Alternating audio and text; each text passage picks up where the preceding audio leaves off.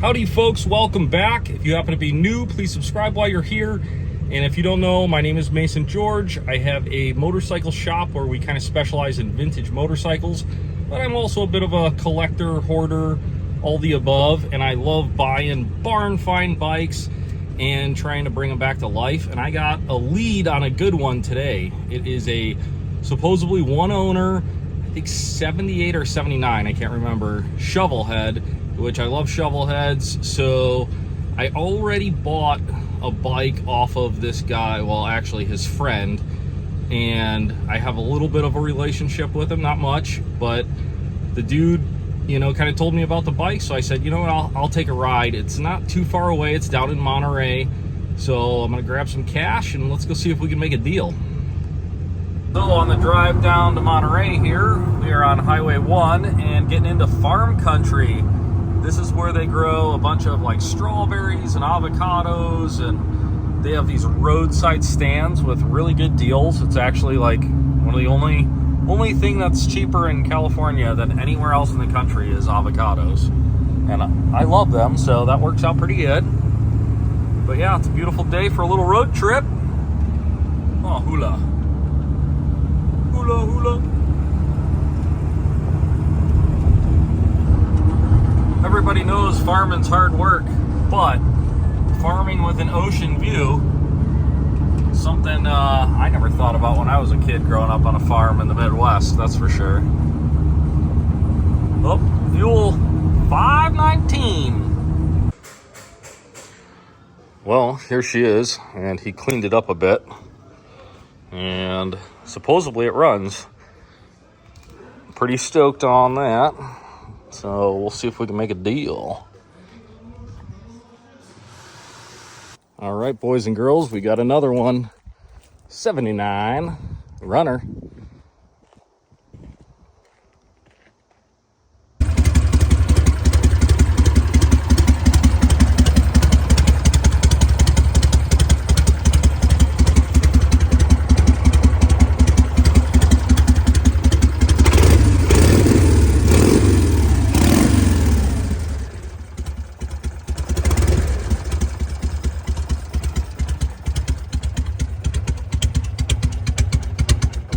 All right, this is where the video takes kind of a strange turn. So I was on my way back with the 79, and I called up my buddy Shovelhead Mike because, well, just like his name says, Shovelhead Mike is super into shovelheads, and he's been hunting for a 79 for a few years, but no luck, and he has a fair amount of projects. So his wife totally kiboshes, no more bikes. In fact, I sold him like a little kid's bike and she made him sell it in like 2 days. No more bikes. So I was just taking it over to his house just to tease him with it and, you know, show him what I got, because that's kind of what we do. And I did, and it was awesome. And while I was over there, just threw it out there. There's been something that he has that I've wanted for years, but we couldn't really get together on a deal because he kind of had a lot invested into it. And that is this 1986 Honda 350X three-wheeler. Love three-wheelers. So I've never had a 350X, and I found out that this thing was just sitting in his shed a couple years ago. And the story with it is he brought it out here to California from the East Coast. He bought it, it was on eBay, but it didn't sell, and then he bought it from the guy or whatever.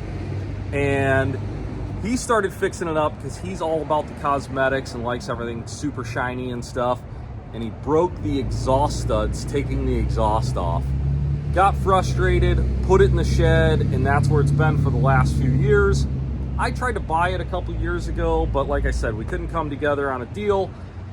While I was at his house, I just threw it out there. I threw a number out there and I said, hey, X amount of dollars in that 350X in the shed there, and this 79 could be yours. And we had a good laugh about it because we both know that his wife is not going for any of that. So I go home and he calls me a couple hours later. Apparently, he was on the phone with his son talking about the bike and what I said, just, you know, joking, ha ha ha. And his wife overheard it. Well, apparently she hates this thing. And I didn't quite know that, but she hates this three-wheeler. So she said, hey, if that's a chance to get rid of the three-wheeler and get one of the bikes on your bucket list, let's do it. And he called me up and said, hey, my wife said okay. And I was like, yeah, right.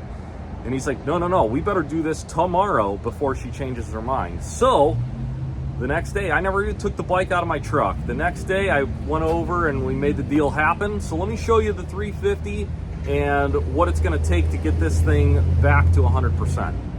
So she is a 1986, which is definitely more rare than an 85 there, 86 350X. And if you're saying to yourself, if you just happen to know about three-wheelers, you're saying, well, it's the wrong color. An 86 should be white, and you are correct. An 86 should be white. This one, the original owner, I guess, had an 85 as well, and he was keeping it, and he liked the white, so he switched out the plastics. So this is OEM Honda plastic, but wrong year. Not sure if I'm going to change that or not. Unfortunately, Shovelhead Mike took the 350X off the seat, or tried to. You can still see it. And that was silly. And he also polished out the front end, which kind of looks cool, and painted the hubs blue. What else is wrong with this? Oh, good things though. Honda line. The front fender has the Honda line mount. All that stuff is super rare and valuable. I think the swing arm, he had the swing arm painted, cleared, looks good. It's got a funny blue chain on there. But the big deal, like I was saying, is these exhaust studs. All four of them broken. No good.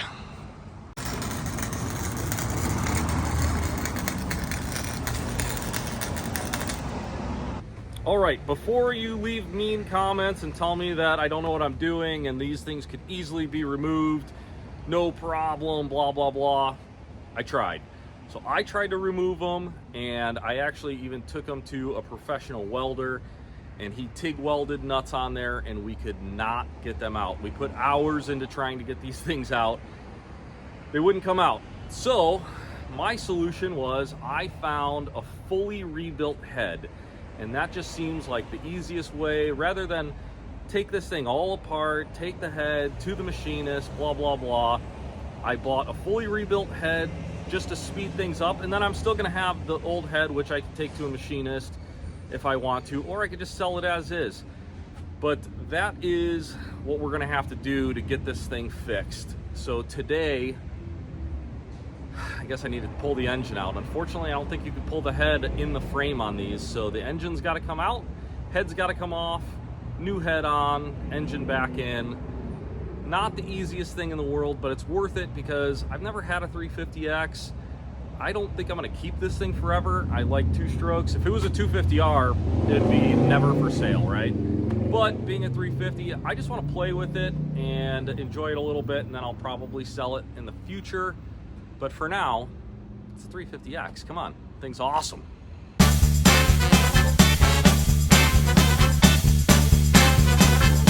So I've read some conflicting information on if you have to take the engine out to get the head off or not. People are saying it's doable, but with a ton of work. So to me, it seems easier just to pull the engine out.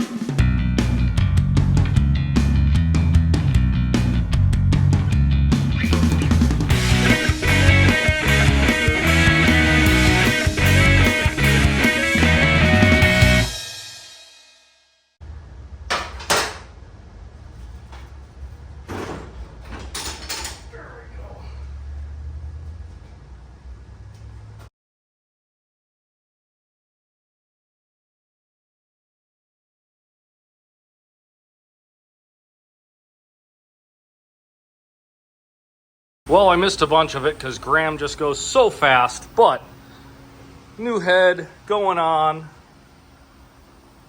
fully rebuilt, but we sure did make a mess. Sure did make a mess. All right, guys, so this is the most convoluted deal ever to get what we wanted, but this is how it worked out.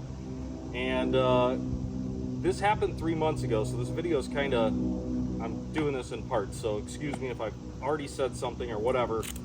But this is Mike's 350X, and this is the 79 Harley that I bought that he really wanted. So I guess as a recap, I bought this down in Monterey, California, and on the way back, I gave Mike a call to see if he was home, and I stopped by just to tease him with it. And obviously, we were able to work out a deal thanks to Mike's wife really hating this three-wheeler. Call him back, it's sold. Tell him it's sold. Hang up the phone with the kid, call him back and tell him it's sold. Yeah, so that worked out really good for both of us. So Mike, tell us how you came to own the three-wheeler and the kind of history with that. It came from Pennsylvania when I was back there working on my mom's house, and a friend of a friend had it. And I found it on eBay, and I was talking to my buddy about it. He's like, I know that guy. So he gave him a call. I went over and looked at it. We did a deal, and he threw in those tires and some extra couple little pieces and some grips, and I think them handlebars. And we worked it out. And when I came back to California, I threw it in the back of the truck. And every time I stopped for gas, somebody tried to buy it. I'm like, it's not for sale. Like I told you, it's not for sale. I tried to buy it like 2 years ago, and my wife about had it in the back of his truck, and I said no. I know, I even had cash on me too. Yeah. So when I seen this here, and then you started working on it, or what? Yeah, it had a broken head stud.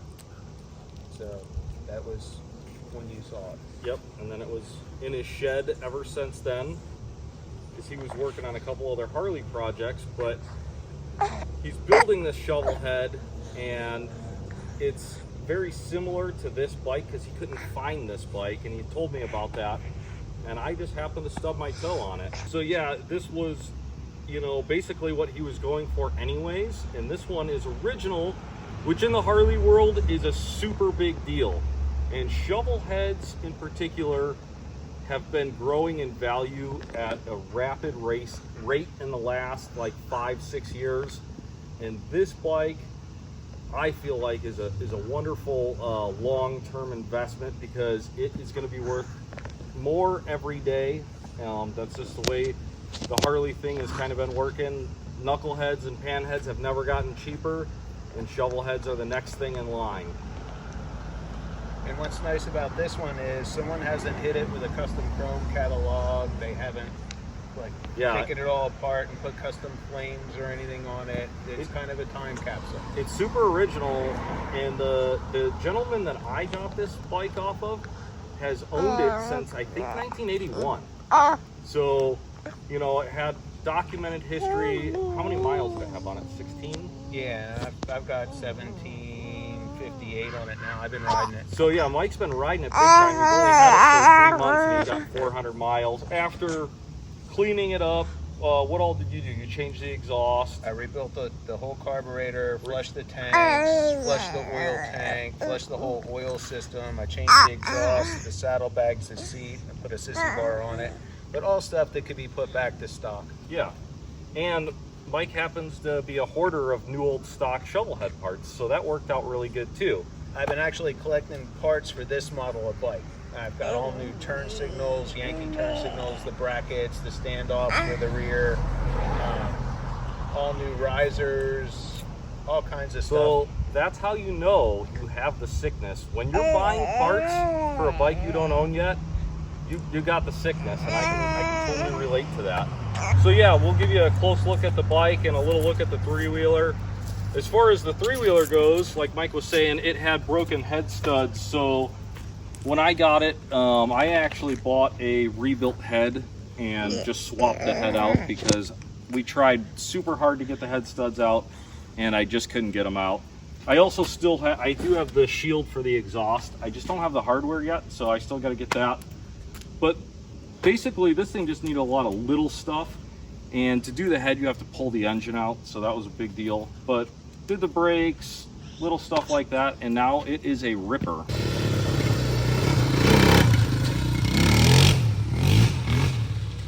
And this is the closer look here at the 79.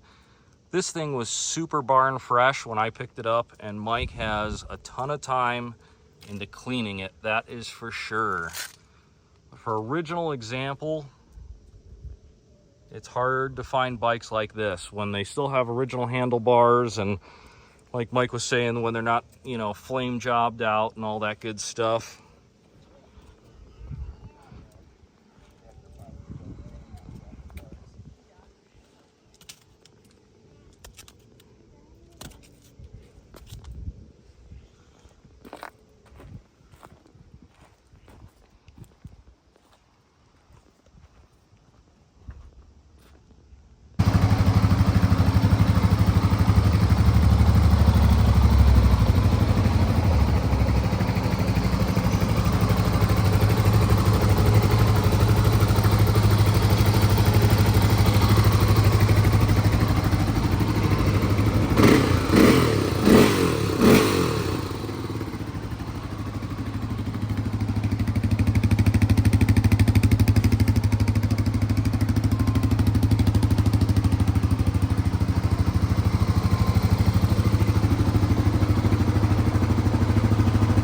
All right, guys, so thanks for tuning in, and I hope you enjoyed our little story of buying and trading. And sometimes, you know, that's the way to get a 350X, and that's the way to get a 79 Shovelhead. It just, as long as everybody gets what they want, I guess it's worth it.